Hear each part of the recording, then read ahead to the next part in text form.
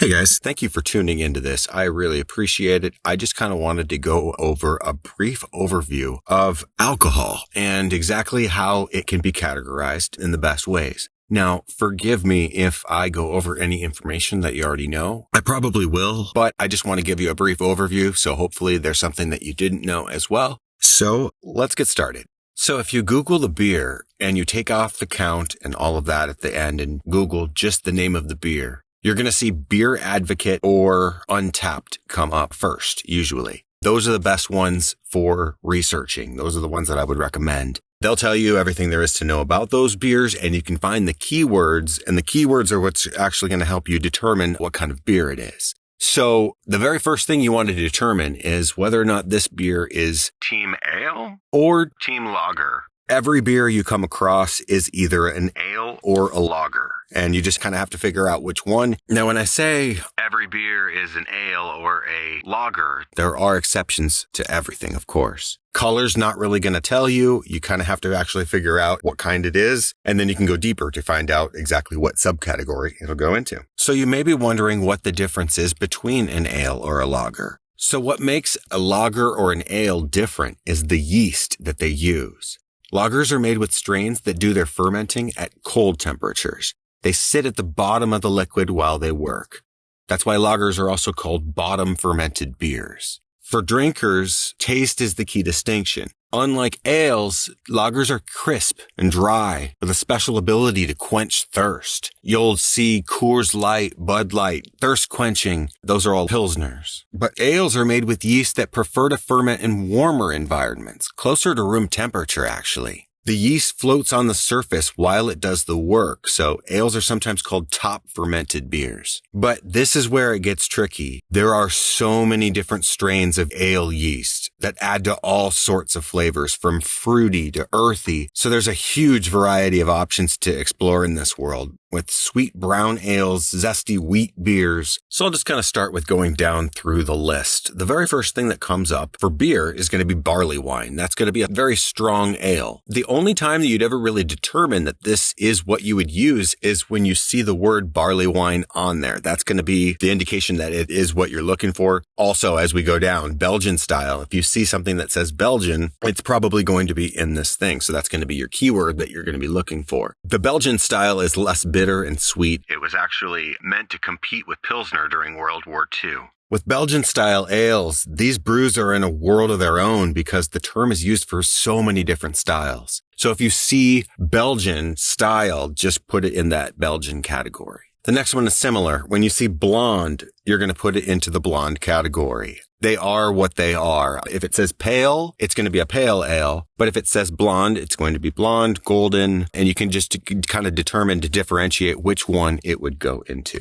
Next up, you have your brown ales. These are going to be all your brown and dark ales. If it's labeled brown ale or dark ale, it'll go here. Brown ales are English style ales that are like really sweet and kind of nutty tasting. It's referred to as a brown or a nut brown ale. So the next one on the list is the cream ale. This one is tricky because it's kind of a hybrid because they're using the lager yeast, but using it at very high temperatures like they do with an ale. The exact opposite of this would be a Kolsch. They use ale yeast, but lager it at a cold temperature. Fun fact, lager is a noun. It's German for storage, but it's also used as a verb for cold storage. They lager it by keeping it cold for a certain time. That's why it takes longer to make lagers, and ales can be made very quickly. Next up, you have your farmhouse or saison. Those are interchangeable. If you ever see farmhouse, that basically means saison. It's a Belgian summertime kind of drink. You'll get kind of more like a farmy kind of flavor to it, and maybe some like peppercorns, things like that. Next up, you have a fruit ale. So that's when fruit's added during the brewing. So now with this hybrid ale that's next, that's where it's going to get tricky because Kolsch technically is a hybrid. Alt beer is a hybrid. Steam beer, which is California Common, started in San Francisco actually, is a hybrid. And cream ale would be a hybrid as well, just because Kolsch is. So really you would only use this hybrid ale if it was an alt beer or steam beer with the California Common, because the other ones would have their own category. If it's Kolsch, you'd put it in Kolsch. And if it's cream ale, you'd put it there. But those would be the only ones that would come up for hybrid. So just the steam and the alt beer. With the other beers category, it's going to be anything that doesn't fit into anything of this sort. It's out there. It's completely crazy because everything else is pretty much already has a category on here. Most of them actually have a couple of categories and you could place them in different ways. That's why we either just use Beer Advocate or Untappd just to look it up and then use the keywords that you find there to determine exactly what it is. Some say farmhouse saison, but they're IPAs, or some say all different things. You just kind of have to determine which way is the best fit for you to put it into.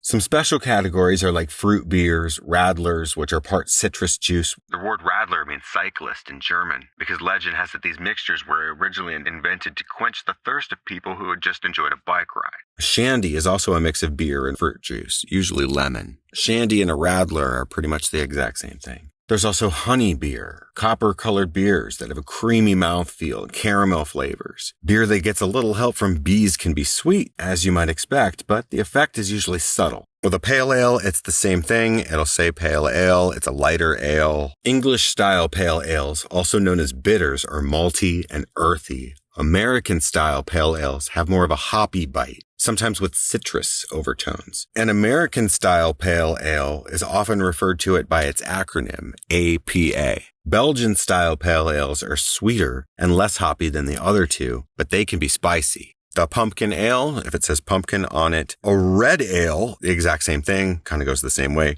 Now we're getting into sour ale. Sour ales and wild ales are different. They're brewed differently to give you that sour, acidic taste. With wild ales, they're using yeast and bacteria to be able to get to that. But there's so many different types of sour beers. Some keywords, if you ever see lambic, Berliner Weiss, Flanders, or Gose, those are all going to be sours. Also, framboise. I think I'm pronouncing that right. Which is a sour that's made with raspberries. This one can be tricky too because there's a sour area and there's a sour ale area. And it all really just depends on exactly how it's made. But what's the special ingredient is bacteria, the ones that are like yogurt, and special strains of yeast. Both give sour beers their tang.